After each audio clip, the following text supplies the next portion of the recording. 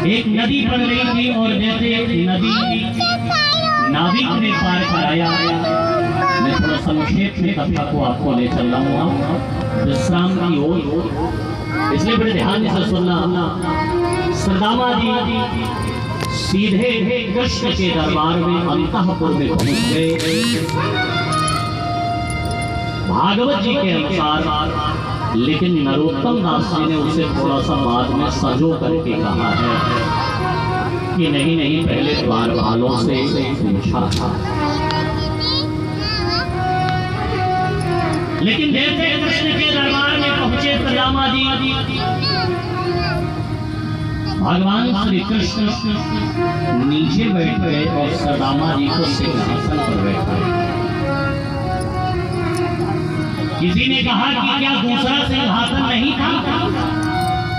बोले नहीं नहीं, हाँ भैया, लेकिन भगवान श्री कृष्ण ये संदेशा देना चाहते हैं कि हमेशा अगर आपको सिंहासन पर बैठना है भैया, तो ब्राह्मण जब जब मिले तो उनको सिंहासन पर बैठा करके पूजा करो और स्वयं जमीन पर बैठो भैया। और अगर अपना बंटा ढार करना है तो प्यारे दिल से द्वेष कर लो।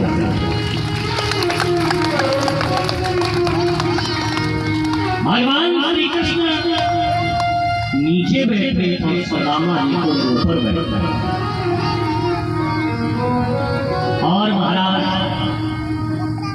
जैसे अपने आंखों के आंसुओं से उनका पाद प्रक्षालन किया, शरण धोला और फिर भैया ले गए अंतःपुर में उनको लिटाया। भगवान श्री कृष्ण शरण रवाने वाले, हाँ हाँ, क्या दयालुता है मेरे ठाकुर की, क्या महानता है मेरे कृष्ण की। रुक्मिणी जी उनको पंखा झाड़ने लगी। सोचिए जरा, साक्षात नारायण जिनके चरण दबाते हैं, लक्ष्मी जिनको पंखा हाँकती हो, वो कभी गरीब हो सकता? चरण दबाते दबाते देते ही